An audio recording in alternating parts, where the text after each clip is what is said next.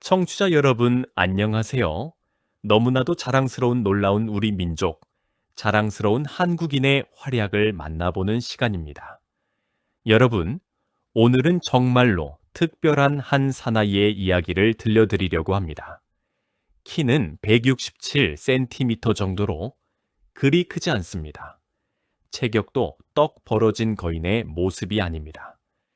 하지만 이 사람의 이름 앞에는 언제나 대장이라는 두 글자가 붙습니다. 산을 사랑하는 사람들 사이에서뿐 아니라 대한민국 온 국민 사이에서 그를 부를 때 누구나 자연스럽게 대장이라고 부릅니다. 그저 엄홍길 씨, 엄홍길 선생이라고 부르지 않습니다. 엄홍길 대장님, 이렇게 부릅니다. 세계 최고봉 에베레스트 8,848m의 그 까마득한 하늘 꼭대기를 비롯해서 지구상에 존재하는 8,000m가 넘는 모든 산본구리를 단 한 명도 빼놓지 않고 두 발로 밟은 사나이, 세계에서 처음으로 그 일을 해낸 인간, 그가 바로 오늘의 주인공 산악인 엄홍길 대장입니다. 여러분, 8,000m라는 높이가 어느 정도인지 감이 잘 안 오실 수도 있겠습니다.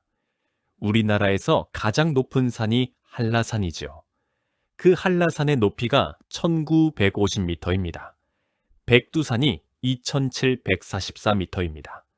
그러니까 백두산을 3개나 쌓아 올려야 겨우 8,000m가 됩니다. 그런 까마득한 본구리가 지구상에 14개나 있습니다. 모두 히말라야 산맥과 카라코람 산맥에 모여 있지요. 그 14가의 본구리를 모두 오른 사람도 세계적으로 손에 꼽을 정도로 적은데 엄홍길 대장은 그 14가의 본구리에 더해서 위성봉, 그러니까 큰 산 본구리에 붙어 있는 또 다른 본구리까지 2개를 더해서 총 16개를 모두 정복했습니다. 세계에서 최초입니다. 인류 역사상 처음으로 해낸 일입니다. 그리고 그것을 해낸 사람이 바로 우리 대한민국의 아들, 엄홍길 대장이라는 사실. 여러분, 얼마나 자랑스러운 일입니까? 오늘 여러분께 들려드릴 이야기는 그저 한 산악인의 등반 기록이 아닙니다. 죽음의 문턱을 수십 번이나 넘나들면서 그 수많은 순간 동지들을 잃으면서도 절대 포기하지 않았던 한 사나이의 처절한 인생 이야기입니다. 그리고 정상에 오른 뒤에도 그 영광에 머물지 않고 더 낮은 곳, 더 가난한 사람들 곁으로 내려간 어느 사내의 따뜻한 이야기이기도 합니다. 여러분, 마음 편히 자리 잡고 들으셔도 좋습니다. 차 한 잔 곁에 두시고 천천히 함께 떠나봅시다. 자, 본격적으로 이야기를 시작하기 전에 놀라운 우리나라, 세계를 이끌어가는 자랑스러운 대한민국을 응원하기 위해서, 그리고 이런 자랑스러운 우리 민족의 이야기가 더 많은 분들께 전해질 수 있도록 청취자 여러분, 좋아요와 구독 꼭 한 번씩 눌러주시기를 부탁드립니다. 손가락 한 번 움직이는 작은 수고가 우리 채널에는 정말 큰 힘이 됩니다. 감사합니다. 자, 그럼 이제 본격적으로 엄홍길 대장의 이야기 속으로 들어가 보겠습니다. 엄홍길 대장은 1960년 9월 14일에 태어났습니다. 경상남도 고성에서 태어났지만 어린 시절 부모님을 따라서 경기도 의정부로 이사를 옵니다. 그런데 이 의정부라는 곳이 산을 사랑하는 우리 엄홍길 대장의 인생을 결정짓는 아주 중요한 장소가 됩니다. 왜냐하면 의정부 바로 옆에 도봉산이 솟아있기 때문이지요. 도봉산. 여러분도 이름 한 번쯤은 들어보셨을 겁니다. 우뚝 솟은 바위 봉구리들이 마치 신선이 논이는 무릉도원 같다고 해서 옛 어른들이 도봉이라고 이름 붙인 그 산입니다. 어린 어몽길은 그 도봉산 자락에 만월사라는 절 근처에서 살았습니다. 산이 곧 동네였고 동네가 곧 산이었지요. 또래 친구들이 동네 골목에서 자치기를 하고 구슬치기를 할 때 우리 어몽길 소녀는 도봉산을 오르락 내리락 했습니다. 학교가 끝나면 가방을 던져놓고 산으로 갔습니다. 어른들이 짊어지고 가는 무거운 등짐도 엄홍길 소년에게는 신이 났습니다. 산을 좋아한다기보다 산이 곧 자기 자신이었던 그런 아이였습니다. 여러분, 어린아이들은 보통 무서워하지 않습니까? 깎아지른 절벽이라든지 까마득히 높은 바위라든지. 그런데 엄홍길 소녀는 달랐습니다. 또래 친구들이 무서워서 못 올라가는 바위를 거뜬히 올라갔습니다. 손끝에 힘이 있고 발끝에 균형이 있었습니다. 이미 그때부터 산악인의 자질이 보였던 것이지요. 그러나 그 어린 소년이 훗날 세계에서 가장 위험한 산들을 정복하고 인류 역사에 이름을 남기는 위대한 산악인이 될 줄은 본인도 그 누구도 몰랐을 겁니다. 엄홍길 대장은 청소년기를 거치면서 점점 더 큰 산을 꿈꾸게 됩니다. 처음에는 도봉산이 세상의 전부였지만 점차 설악산, 지리산을 오르고 마침내 그의 시선은 머나먼 히말라야로 향하게 됩니다. 군 복무 시절에도 그의 머릿속에는 온통 산 생각뿐이었다고 합니다. 해군 특수부대인 UDT에서 복무하면서 강한 체력과 정신력을 길렀는데 이 경험이 훗날 죽음의 산을 오를 때 큰 자산이 됩니다. 추위, 굶주림, 극한의 고통을 견디는 법을 그때 몸에 새겼던 것이지요. 군 복무를 마치고 본격적으로 산악인의 길을 걷기 시작한 엄홍길 대장은 마침내 인생 최대의 도전, 에베레스트로 향합니다. 때는 1985년, 엄홍길 대장의 나이 26살이 되던 해였습니다. 패기와 열정으로 가득 찬 청년 엄홍길은 에베레스트, 그 이름만 들어도 가슴이 뛰는 세계 최고봉을 향해 날아갔습니다. 여러분, 에베레스트라는 산이 어떤 산인지 한번 들어보십시오. 높이는 8,848m. 정상 부근의 기온은 보통 영하 30도에서 영하 50도까지 내려갑니다. 바람은 시속 200km. 그러니까 우리가 고속도로에서 달리는 자동차보다 훨씬 빠른 속도로 휘몰아칩니다. 사람의 몸이 그 바람에 그대로 날아가 버릴 정도이지요. 산소 농도는 평지의 3분의 1밖에 되지 않습니다. 숨을 쉬어도 숨이 차고 한 걸음 내딛는 데에 10분이 걸리기도 합니다. 산악인들이 8,000m 위쪽을 가리켜 죽음의 지대라고 부르는 이유가 바로 거기에 있습니다. 엄홍길 대장의 첫 번째 에베레스트 도전. 결과는 어땠을까요? 안타깝게도 실패였습니다. 정상 바로 아래에서 발길을 돌려야 했습니다. 거대한 자연 앞에서 인간의 무모한 의지만으로는 부족하다는 것을 뼈저리게 느낀 순간이었습니다. 그 다음 해 1986년에 다시 도전했지만 또다시 실패. 이번에는 동료들이 목숨을 잃는 비극까지 겪었습니다. 엄홍길 대장은 동료의 시신을 두고 산을 내려와야 했습니다. 그 가슴이 얼마나 찢어졌겠습니까? 여러분, 보통 사람 같으면 여기서 포기합니다. 2번이나 실패했고 동료들의 죽음을 두 눈으로 봤습니다. 더 이상 산에 갈 이유가 없을 것 같지요. 그러나 엄홍길 대장은 달랐습니다. 그는 이렇게 말했다고 합니다. 산은 나를 거부했다. 그러나 나는 산을 떠날 수 없다. 그리고 그는 다시 에베레스트로 향합니다. 1988년 9월 세 번째 도전, 엄홍길 대장의 나이 28살이 되던 해였습니다. 이번에는 무엇이 달랐을까요? 더 강해진 체력, 더 풍부해진 경험, 그리고 무엇보다 동료들을 향한 책임감. 엄홍길 대장은 마침내 그 까마득한 정상에 두 발을 디뎠습니다. 세계 최고봉 에베레스트의 정상, 하늘과 가장 가까운 곳. 그 자리에 서서 엄홍길 대장은 펑펑 울었다고 합니다. 가족들 생각, 먼저 떠난 동료들 생각, 그동안의 고생 생각이 한꺼번에 밀려와서 눈물이 멈추지 않았다고 합니다.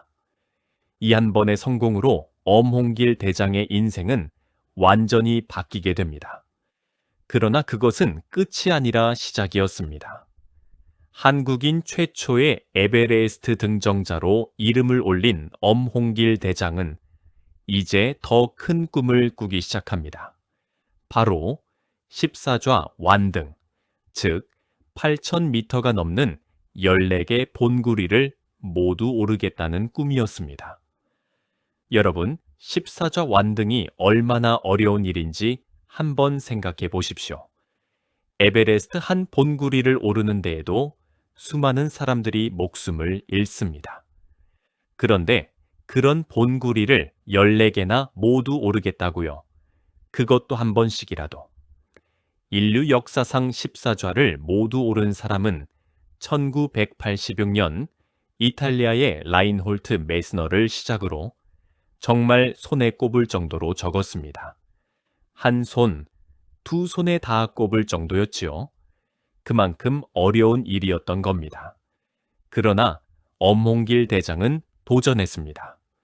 도전했고 또 도전했습니다.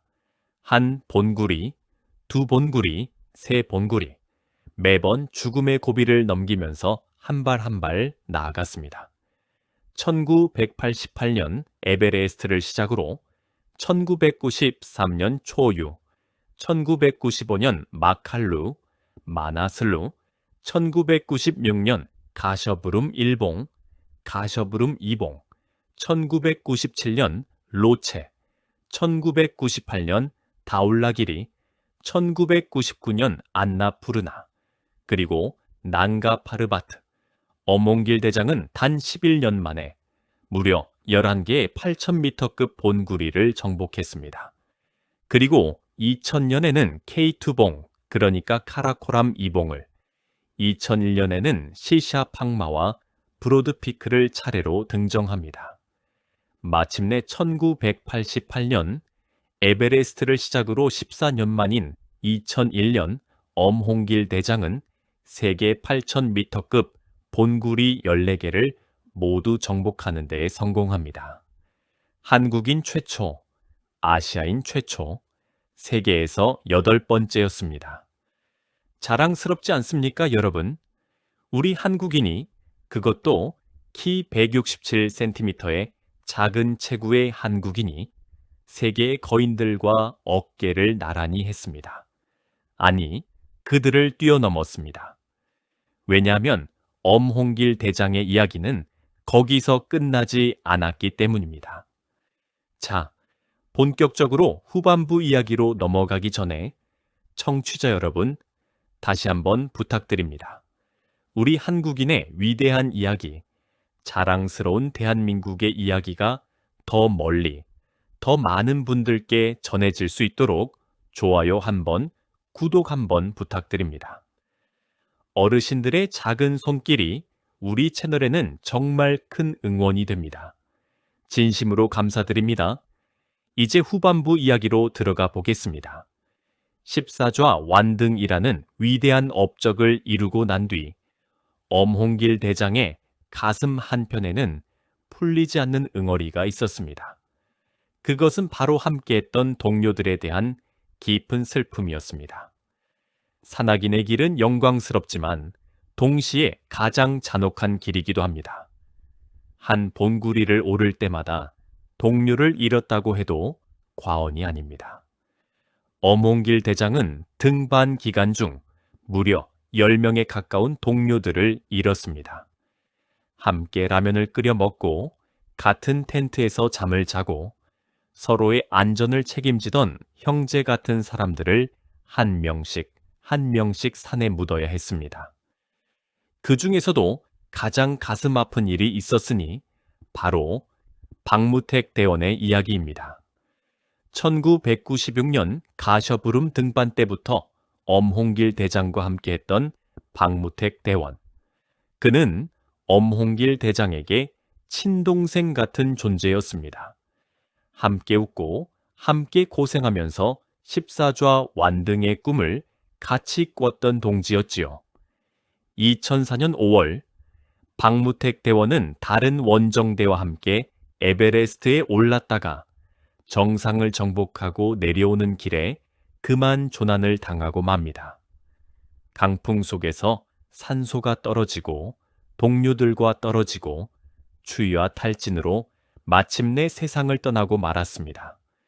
시신은 에베레스트 8,750m 부근에 그대로 남게 되었습니다.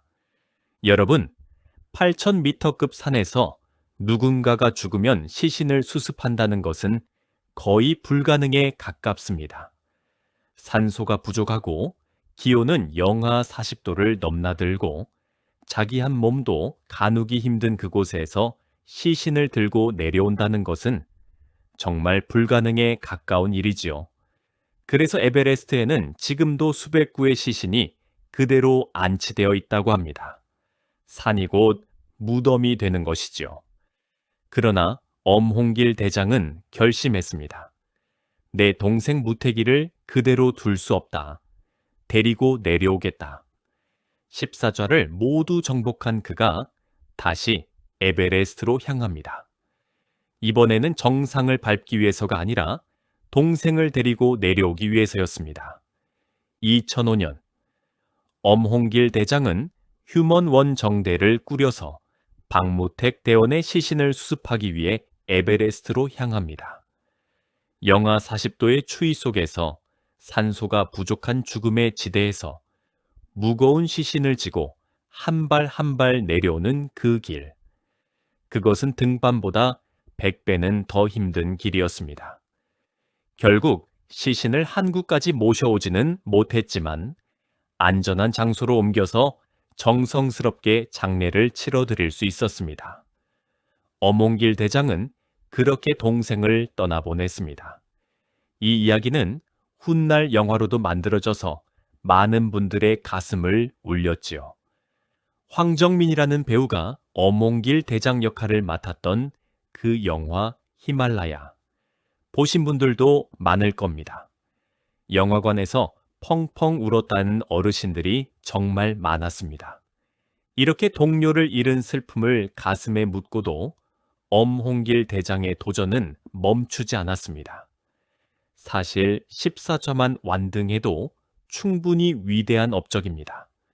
그러나 엄홍길 대장은 더 큰 도전을 향해 나아갑니다. 바로 14좌의 위성봉, 즉 야룬캉과 로체샤르까지 더해서 16좌를 완성하겠다는 도전이었습니다. 야룬캉, 칸첸중가의 위성봉입니다. 높이는 8,505m. 이 본구리는 메인 본구리에 가려져서 잘 알려지지 않았지만 등반 난이도는 칸첸중가 본봉을 넘어선다고 합니다. 깎아지른 듯한 빙벽과 끊임없는 눈사태. 야룬캉을 정복하는 것은 새로운 차원의 도전이었습니다. 엄홍길 대장은 2004년 야룬캉에 도전했고 마침내 그 정상에 섰습니다. 이제 마지막 한 본구리 로체샤르만 남았습니다. 로체샤르, 에베레스트 바로 옆에 우뚝 솟아온 로체봉의 위성봉입니다. 높이는 8,382m. 이 본구리는 그야말로 마의 본구리였습니다. 깎아지른 절벽, 종잡을 수 없는 날씨, 거센 바람. 엄홍길 대장은 로체샤르에 2번이나 도전했지만 모두 실패했습니다. 정상을 코앞에 두고도 발길을 돌려야 하는 그 좌절. 동료들이 또 다치고 또 죽었습니다. 여러분, 이쯤 되면 진짜 포기할 만하지 않습니까? 14좌도 다 했고 야룬캉도 했고 이제 정말 한 본구리만 남았는데 그 마지막 한 본구리가 끝까지 발길을 허락하지 않습니다. 산을 사랑하는 마음이 아무리 큰들 사람의 인내에는 한계가 있을 텐데요. 그러나 엄홍길 대장은 또 다시 도전을 결심합니다. 2007년 봄, 세 번째 로체샤르 도전. 이번에도 결과는 알 수 없었습니다. 다만 엄홍길 대장과 그 동료들은 모든 것을 걸고 그 본구리에 매달렸습니다. 5월 31일. 마침내 엄홍길 대장의 발이 로체샤르 정상을 밟았습니다. 그 순간 인류 역사상 처음으로 한 사람이 8,000m급 본구리 16개의 모두를 정복하는 위대한 일이 이루어졌습니다. 1985년 첫 도전부터 따지면 무려 22년, 1988년 첫 등정부터 따지면 19년, 길고 긴 여정의 마침표였습니다. 여러분, 이게 얼마나 대단한 일인지 다시 한번 강조하고 싶습니다. 엄홍길 대장은 그저 한국 최초가 아닙니다. 아시아 최초도 아닙니다. 세계 최초입니다. 인류 역사상 처음으로 그 일을 해낸 사람입니다. 미국도, 영국도, 독일도, 이탈리아도 어느 나라도 해내지 못한 일을 우리 대한민국의 엄홍길 대장이 해냈습니다. 이 소식이 전해지자 전 세계 산악계가 깜짝 놀랐습니다. 외신들도 앞다투어 엄홍길 대장의 이야기를 전했습니다. 영국의 BBC 방송, 미국의 CNN 방송 등 세계 유수의 언론들이 한국의 작은 거인이라며 엄홍길 대장을 소개했습니다. 네팔에서는 엄홍길 대장을 두고 히말라야의 영웅이라고 부르며 존경을 표했습니다. 산악계의 노벨상이라고 불리는 황금 피켈상의 후보로도 거론되었지요. 대한민국의 한 사나이가 작은 체구의 동양인이 세계 산악계의 정점에 우뚝 선 것입니다. 그러나 엄홍길 대장의 진짜 위대함은 16좌 완등에 있지 않습니다.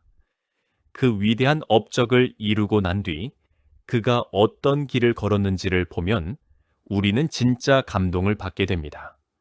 엄홍길 대장은 16좌 완등 이후 그 영광에 안주하지 않았습니다.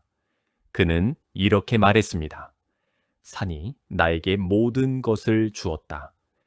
이제 내가 산에 무엇을 돌려줄 차례다. 그가 생각한 것은 자기 자신의 명예가 아니었습니다. 자기에게 도움을 준 사람들, 바로 히말라야 산자락의 가난한 사람들, 그 사람들에게 무엇을 해줄 수 있을까? 엄홍길 대장은 그 답을 찾았습니다. 2008년 엄홍길 대장은 엄홍길 휴먼재단이라는 비영리 단체를 설립합니다. 이 재단은 무엇을 하는 곳일까요? 바로 네팔, 그러니까 히말라야 산자락의 오지 마을에 학교를 짓는 일을 합니다. 우리에게는 너무나 당연한 학교가 그곳 아이들에게는 정말 꿈도 꾸지 못할 호사입니다. 책 한 권 들고 심리 길을 걸어가야 하고 비가 오면 흙바닥이 진흙탕이 되는 그런 곳에서 아이들이 공부를 합니다. 아니, 공부할 기회조차 갖지 못한 아이들이 대부분입니다. 엄홍길 대장은 그 아이들에게 학교를 지어주기 시작했습니다. 자기 돈을 털어서 후원자들을 모아서 한 학교, 두 학교를 지어 나갔습니다. 가장 먼저 지은 학교가 팡보체라는 마을의 학교였습니다. 그 학교는 엄홍길 휴먼스쿨 1호라는 이름으로 불립니다. 2010년에 문을 열었지요. 그 후로 엄홍길 대장은 한 해에 한 학교씩, 때로는 두 학교씩 지어 나갔습니다. 룽모지움, 타르푸, 둠레, 시토라, 망룽, 룸중. 이름도 낯선 그 마을들에 차례차례 학교가 들어섰습니다. 지금까지 무려 17개가 넘는 학교를 네팔 산골에 지었습니다. 수천 명의 아이들이 그 학교에서 글을 배우고 꿈을 키우고 미래를 그리고 있습니다. 여러분, 한번 상상해 보십시오. 히말라야의 작은 산골 마을, 흙벽에 양철 지붕을 얹은 가난한 집들, 그 사이로 우뚝 솟은 깔끔한 학교 건물, 그 학교 운동장에서 아이들이 공을 차며 뛰어놀고 교실에서는 또랑또랑한 목소리로 글을 읽습니다.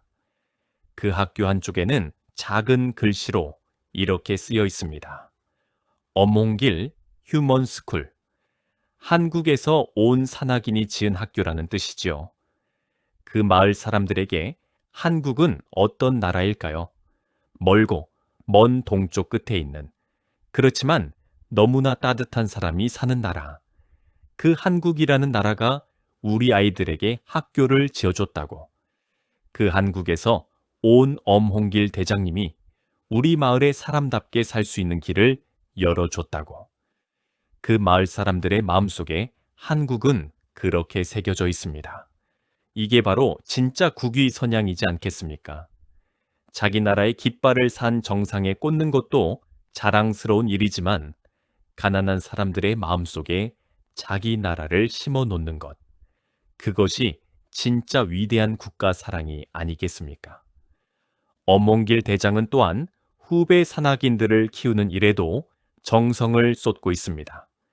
자신의 경험을 후배들에게 전수하고 안전한 등반 문화를 만들기 위해 간견도 하고 책도 쓰고 방송에도 출연합니다.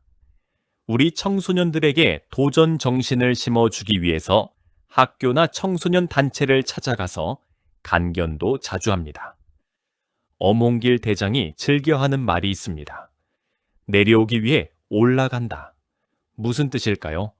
산에 올라가는 목적은 정상에 서기 위함이 아니라 무사히 내려오기 위함이라는 말입니다.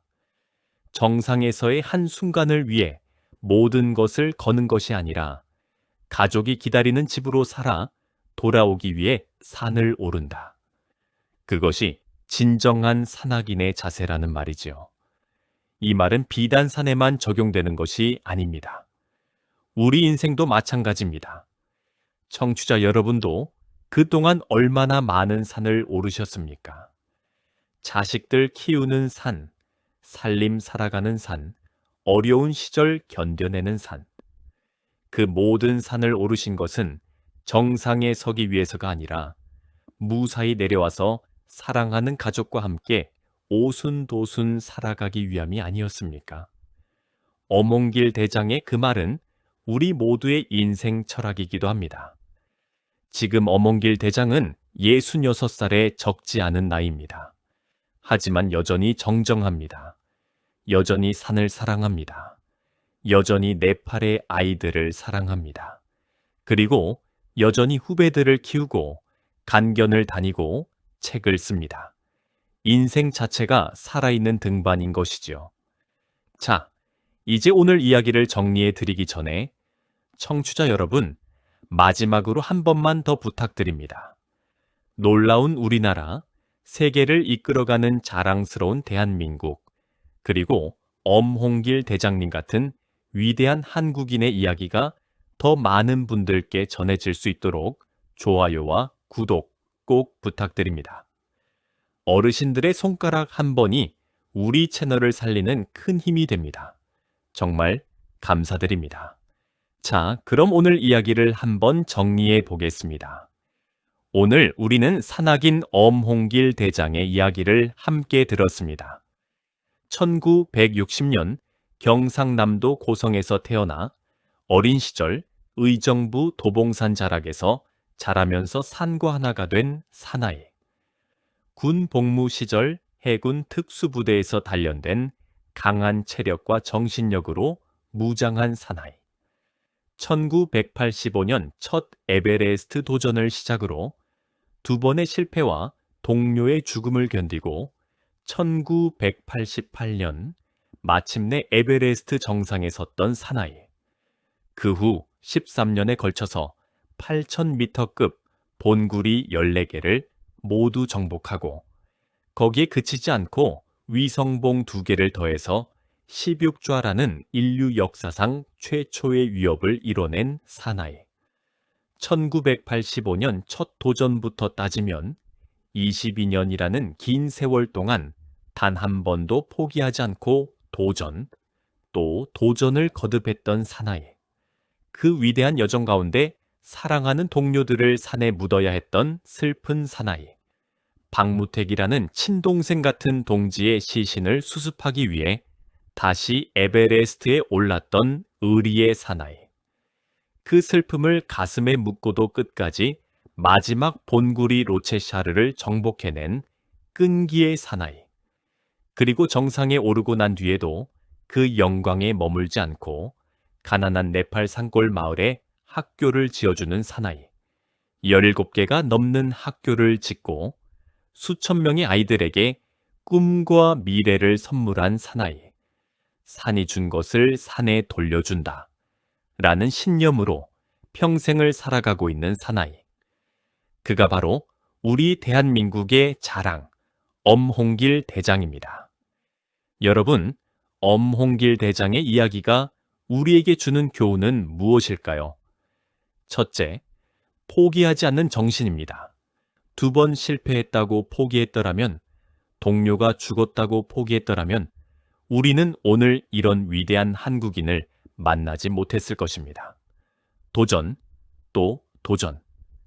그 정신이 바로 엄홍길의 정신이고, 또한 우리 한국인의 정신입니다. 여러분, 세대가 살아오신 그 시절을 한번 생각해 보십시오.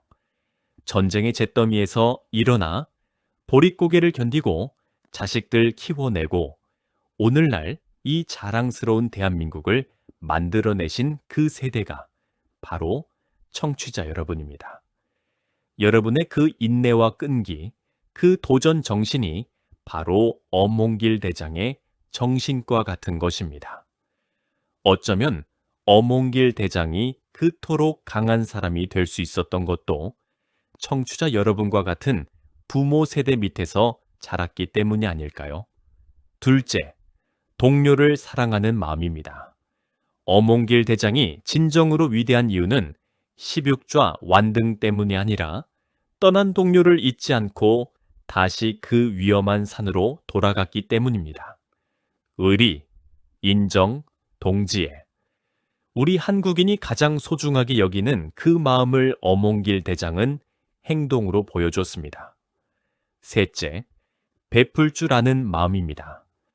자기가 받은 것을 더 가난한 이들에게 돌려주는 그 마음. 정상에 올랐어도 그 정상에서 머물지 않고 가장 낮은 곳으로 내려와서 가난한 이들의 손을 잡아주는 그 따뜻한 마음.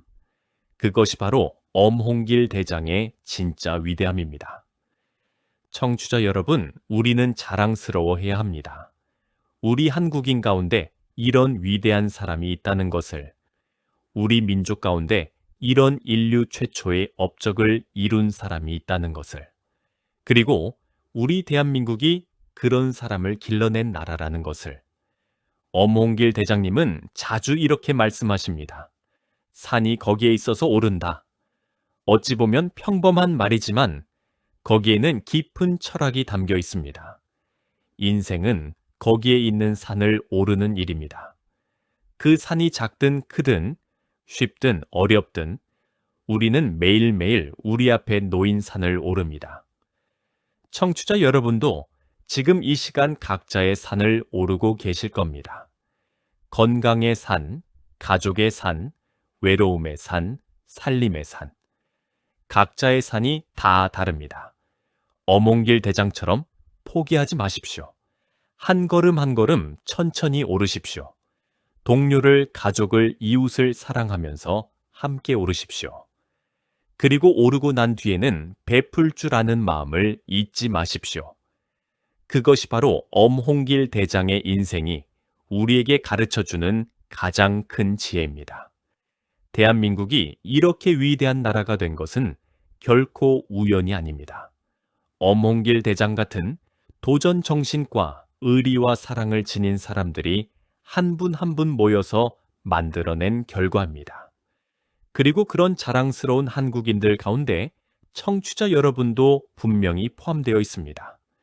여러분의 인생이 또한 누군가에게는 산을 오르는 영웅의 이야기가 될 것입니다. 세계를 깜짝 놀라게 하는 자랑스러운 한국인, 놀라운 우리 민족의 이야기는 오늘도 계속됩니다. 청취자 여러분, 그럼 다음 시간에 또 뵙겠습니다.